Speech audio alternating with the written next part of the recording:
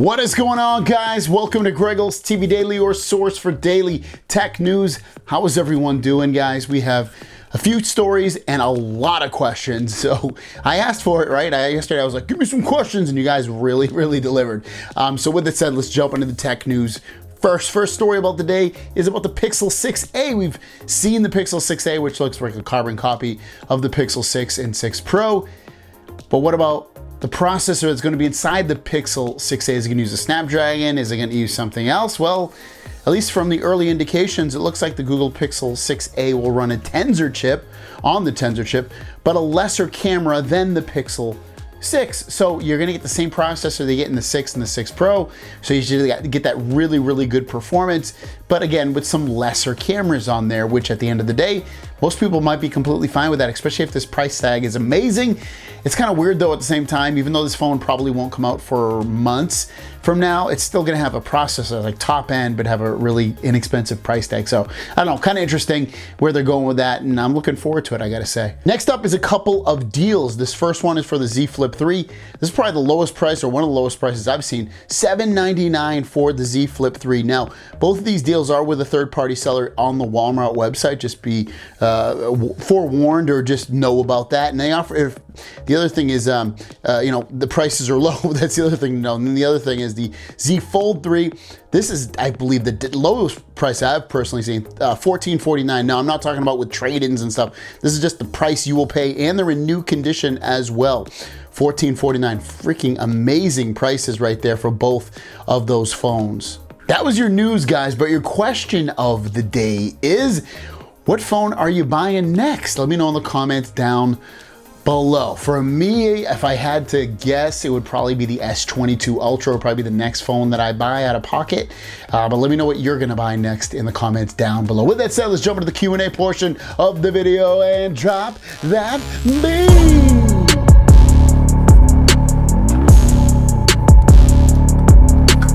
First question comes from Dave. When do you think the new Razr will come out, and do you think it will be better than the Z Flip? I gotta be honest with you. The Motorola phones don't get me that excited.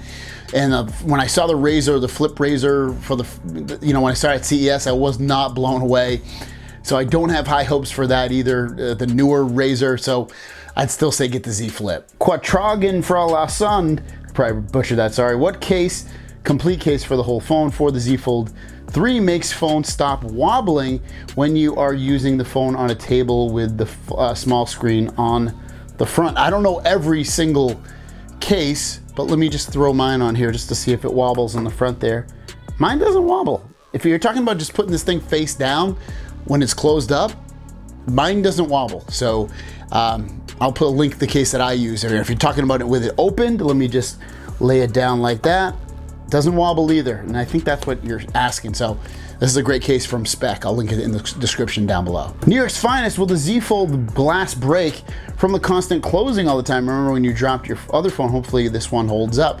No, it shouldn't just break by you opening and closing the phone. No, that shouldn't happen. Now, if you just drop it without a case, or with a case that's not very protective, yeah, it might break. But like I said, I've dropped this a bunch of times. I did a video today, and I've dropped this phone a bunch of times with the case on, and not a scratch, no breaks, nothing. Frank Frenette says that the crease look is bad in real life on the Fold 3 as it does on the YouTube videos. Man, it's just like, I've said this a bunch of times. When you take a phone, I don't even, I can see it right now when I look at it, but you don't even notice it. Like, don't worry about the crease, seriously. It's like, do you notice the camera there? Sometimes do you notice it when it was there? Do you notice the notch on the iPhone? It's stuff you get used to, and it does not bother you. It won't. Don't even worry about it. But can I notice it, and do I see it? Yeah, I notice it sometimes, but does it bother me? Not in the slightest. Timothy Hammock says, if I use a lot of sports apps like Facebook and Messenger and other apps, which device would best for battery life? Google Pixel Pro or the Z Fold 3? Or which device would be better with battery life? Because I run a lot of apps. Or how, by the way, I'm coming from the LG Wing 5G. Completely different phones. I don't think the battery life is good on the Z Fold 3. You'll hear differently from other people, but the people I've spoken to, at least that I should say that are usually my friends, don't get that good a battery life. Every case is different though, but I would expect you're gonna get better battery life on the Pixel 6 Pro. The Duke says, silly question I'm aware of, but If I were allowed someone to use an app on my phone, how could I block my phone, preventing them from just snooping around? I mean, it depends what apps you're trying to block up. You could do the, what is that private file thing? I never use it. Man, what is it called? Let me just search for it in the settings. Private something. What is that thing? You guys can tell me. Not privacy, secure. That's what it's called. Secure folder. That's what it's called. Look up secure folder in your settings. Do a search for that, and you can set up that and keep your. It says keep your personal files and apps safe and secure. So you could create. You could do that and just allow certain apps or files for people to use, and then the rest within the secure folder, and that would allow you to kind of keep things safe. Tewao Oinolo, I'm sorry about that. Does the Android 12 Better update affect the Z Fold 3 mobile network? I'm having an issue with my mobile network, Sprint, T-Mobile. Well, I can't say yes or no because I haven't had issues before this update or during the update, so I couldn't say yes. It fixes your updates. I mean your network connectivity with it. I don't know, again, because I haven't heard anybody have that issue really, and I don't have that issue. One Ho Choi says, I currently own the Note 20 Ultra 5G. The Note line is going to end, so I wonder what will happen for the software for the Note 20 series. This is still going on because the Note 20 software series is still ported until 2027, and I heard recently the Note 20 series is getting software until 2028. So like in the year 2024, the Note 20 series gets OS updates, and starting from 2025, Note is going to get security patches, and this goes until 2028. Do you think this is going to be true? It's usually 3 years of OS updates and then 5 years of security updates. So I don't think you're going to get them until 2028. I would guess it's probably going to be something more of the lines, because the Note 20 came out in obviously 2020. So I would guess that all updates would probably stop for that phone by 2025. I do not think you're going to get updates till 2028. That doesn't sound right. You might, but I highly doubt it. New York's Finest said, should I purchase the Hisense 75-inch TV or the TCL 75-inch TV? I'm going to try to find a great deal, but make a smart choice. Now, it depends what series you're getting of both of these.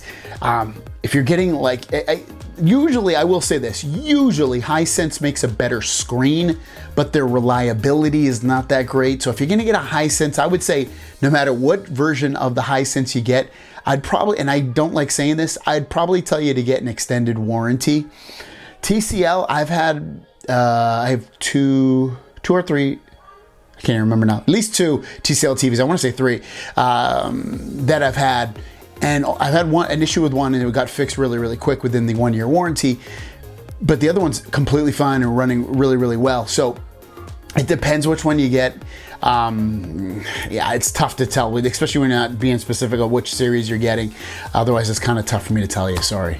And our last question comes from Darren Hill. I have an iPhone 13. I'm thinking about switching to the S21 Ultra. Just wanted to know, what is your thoughts on that? It goes back to what is important to you. If it's important for you to have iMessage and FaceTime, then you should not leave Apple. But if you can get it out of that and you're not totally locked into the Apple ecosystem, yeah, take the jump to the S21 Ultra, or wait a couple of months and get the S22 Ultra, especially depending upon which phone you have.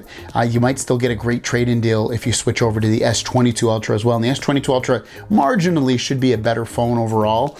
So I'd probably tell you to wait, especially since you don't already have the S21 Ultra. Unless you can get a crazy deal on the S21 Ultra, then jump at it. And then beyond that, there's not, I mean, both phones are going to be great for you, the iPhone 13 or the S21 Ultra.